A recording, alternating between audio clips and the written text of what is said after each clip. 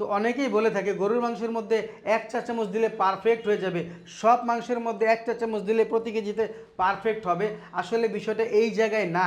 আপনি যখন গরুর মাংস রান্না করেন, গরুর মাংসের ক্ষেত্রে 1.5 থেকে 2 চামচ শাহী মাংসের মশলা এই মাংসের মধ্যে দিতে হবে।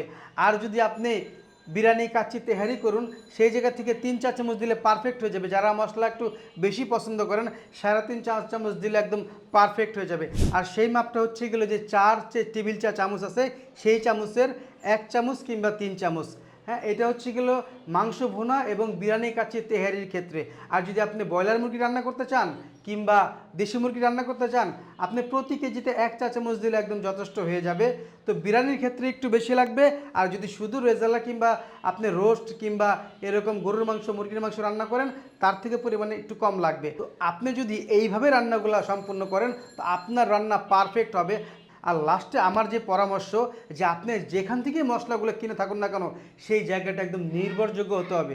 তো যারা দীর্ঘদিন আপনাকে মশলাগুলো দিয়ে আপনার রান্নার স্বাদ বাড়াচ্ছে, আপনার রান্নার টেস্ট বাড়াচ্ছে এবং আপনিও সেই কাঙ্ক্ষিত স্বাদ ঘ্রাণ রান্নার মধ্যে পাচ্ছেন, তো তাদের থেকে আপনি প্রতিনিয়তই ওই মশলাগুলো নেন, যেই মশলা আপনার প্রতিদিনের রান্নার সঙ্গী হয়ে থাকে। তো এটাই আমার পরামর্শ। তো সবাই ভালো খান, সুস্থ থাকুন, রিজিক মশলা ঘরের সঙ্গে থাকুন। আসসালাম।